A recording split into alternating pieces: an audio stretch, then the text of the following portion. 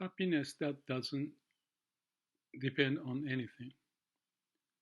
There's such happiness. That's what Daisetsu Suzuki, a Zen scholar, lived in Japan until 1960s, who wrote in his book. And that was probably 40 years ago when I read that. And I start to understand. I'm a slow learner, so I start to understand the meaning of it after 40 years. I think it may be better not to say anything about it, like a Zen koan. Zen koan is something that each individual may want to solve by its own, not to be told. The Zen idea is to depend on your own self-awareness, awakening, to come up with the wisdom. So any thought that gave you is not your thought because it may not have been generated with your own experience and understanding of who you are, what situation you are. Every person has its own way of living, and it may be quite different for each person depending upon the background. So, the saying like that, you find your happiness which doesn't depend on anything, that's a koan, a puzzle for each to solve. I didn't know that. That's how I interpreted or understood about Zen koan or on this subject of happiness. But that lived in me for a long, long, long time. And now I want to say a few words on it. It may not fit your idea, but at least this is just to clarify on my own. So, what is the happiness that doesn't depend on anything? To me, that means you are on your way of living that makes sense. Makes sense in terms of how your being is expressed in the way you live. And if it's truly be revealed by your sincere and truthful way of living, then you may find that your happiness can be found at any moment, meaning it's always there, meaning it's not depend on any moment or the event, but you can relate to that or you resonate to that state of being as happiness. If I use the word in Buddhism or the way of Zen, it may be seen in this manner that happiness is expressing who you really are at every moment. The word I can think, and it's a tricky word, but it's expressed in the Zen or Buddhism is Buddho. Butz is Buddha, Sho is its character. So Buddho is Buddha's character. Usually it's interpreted as you have a way to become Buddha. Dogen says everything has a Buddho, Buddha nature, Buddha's way of expressing itself, may be hidden, especially in the case of human being. If I think of how I was born and raised and start to develop some character, or even that character may be influenced by whatever happened in the previous generations and experiences, especially from my parents. And as I was born, I may have inherited such DNA. This is the way to live. So this is the way to live, maybe embedded originally. And as I was born and raised with whatever the situation I had to go through, I may have inherited the character from the surroundings, because what you see out there in the world I live may be different for each person, and therefore I always feel that if you are born as a son of dentist or lawyer, maybe you tend to become like that because you are seeing your parent behaving like if they do in a certain way, they make them happy. So that's the influence and embedded in our character. But over time, we each of us may explore our own way.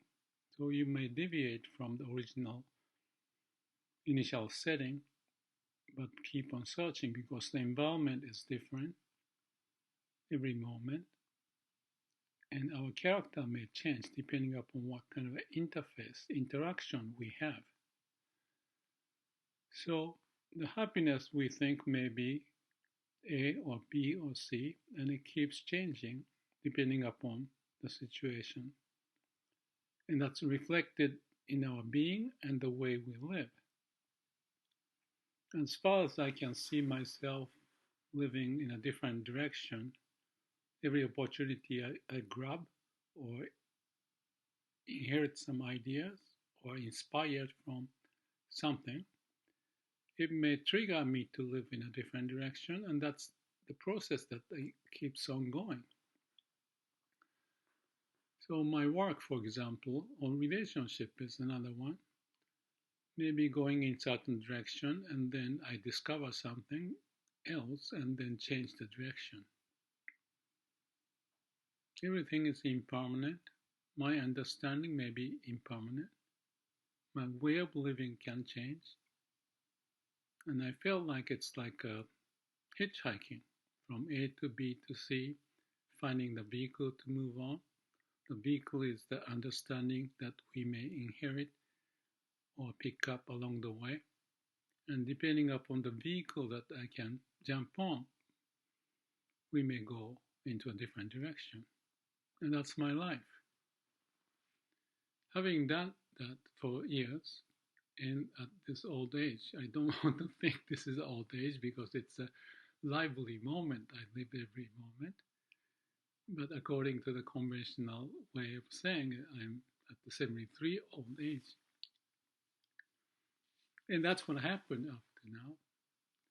And what I'm saying here in relation to that topic of Busho, of Buddha nature, or potential to become Buddha, I see it that it's prevailing within myself as if it's a driving force of the universe. Unknown power, the life energy, or the interface interaction I had is giving me the opportunity to move this way or that way, trying to do my best and express the best truthfully and sincerely. So, given this impermanent nature of where we are, how do we find happiness not depending on anything? The answer to me is, well, this may not be the good expression, but the idea popped up is the go with the flow.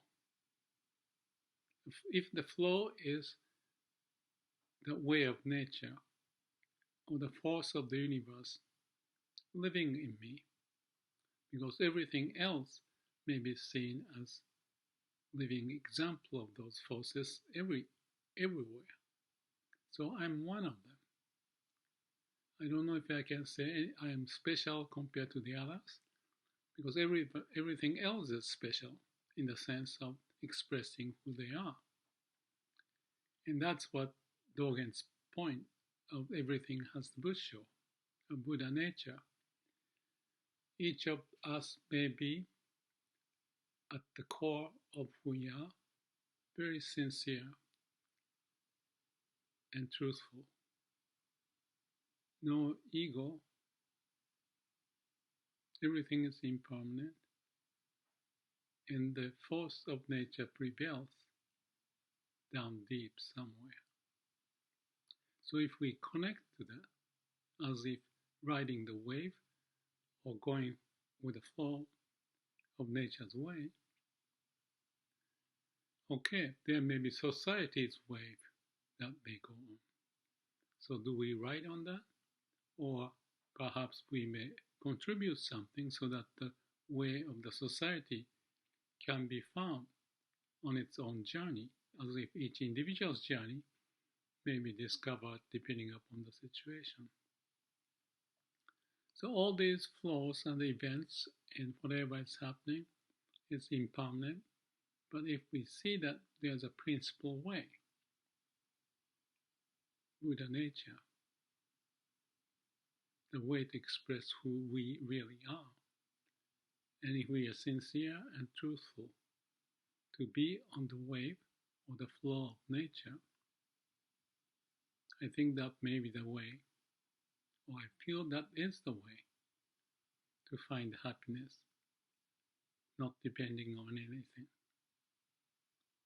Well, it's a paradox. Not depend on anything may mean depend on the nature's way. But so far as nature's way may be not as clear, we are in each moment to assure us that we are in line, aligned to that way, the flow of nature, the wave of nature, Buddha nature, the experiential expressing who we are. That is feasible, and to live in that way may be the answer to that paradox or the quiz, which is find happiness not dependent on anything. Not dependent on anything external or internal, but there is something in there. And if we are aligning to that, then we are happy as we are. And perhaps everything else is happy as we express who we are in each moment.